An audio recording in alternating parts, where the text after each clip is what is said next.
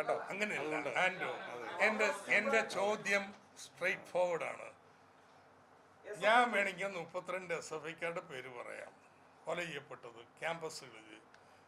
SFI കൊല ചെയ്ത വധിച്ച ഒരു KSU പ്രവർത്തകൻ്റെ, കോൺഗ്രസ് പ്രവർത്തകൻ്റെ പേര് പറഞ്ഞു. നിങ്ങൾ അത്രയും ആക്ഷേപം പറഞ്ഞുകൊണ്ടാണ് ഇങ്ങനെ ചോദിക്കുന്നത്. എന്തോ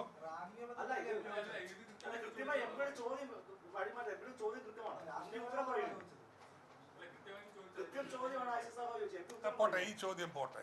ഞാൻ ചോദിക്കുന്നു, ഇപ്പൊ വീണ്ടും ചോദിക്കുന്നു, സബ്സ്റ്റാൻഷ്യൽ ചോദ്യമാണ്. കിഫ്ബി ഇല്ലെങ്കിൽ ഈ പ്രൊജക്ടുകൾ എങ്ങനെ നടപ്പാക്കും? വേണ്ടെന്നാണോ? പറ.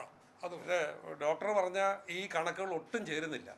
1.32%, 9.72% എങ്ങനെ തരാനാണ്? അത് ഡോളർ റുപ്പി എക്സ്ചേഞ്ചിലെ ഡിഫറൻസ് ആണെന്നൊക്കെ പറഞ്ഞാൽ ആരെ കളിപ്പിക്കാൻ പറയുന്നത്? അതെങ്ങനെ? അന്ന് എത്രയാണ് ഡോളർ എക്സ്ചേഞ്ച് വാല്യൂ? എത്രയാണ്?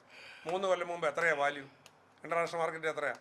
അപ്പോൾ ഇത്രയും ഡിഫറൻസ് വായ്പ എടുത്ത് കേരളത്തെ കടക്കണയാക്കി ഇവിടെ ഉച്ചക്കഞ്ഞിയില്ല, പെൻഷനും ഇല്ല, സാമൂഹ്യക്ഷേമ പെൻഷനും ഇല്ല, ഒന്നിനും പൈസ ഇല്ലാത്ത തരത്തിൽ കേരളം പൈസ അടയ്ക്കാൻ നിർവാഹമില്ലാത്തൊരു ഗതികേടിൽ എത്തിച്ചിട്ട്, അപ്പോൾ അതിന് ഇതാണ് $1 എക്സ്ചേഞ്ചിൻ്റെ ഡിഫറൻസ് ആണ് എന്ന് പറയുന്നതിന് എന്ത് ന്യായമുള്ളത്? ശരി, അപ്പോൾ ഞാൻ സ്വല്പം കൂടി എക്കണോമിക്സ് പറഞ്ഞുതരാം.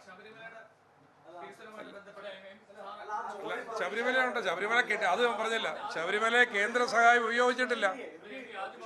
അല്ല, ശബരിമലയെ കേന്ദ്ര സഹായം ഉപയോഗിച്ചിട്ടില്ല. കണക്കുണ്ട്, ഞാൻ കണക്ക് തന്നെ കൃത്യം ലിസ്റ്റ് തന്നെ തരാം.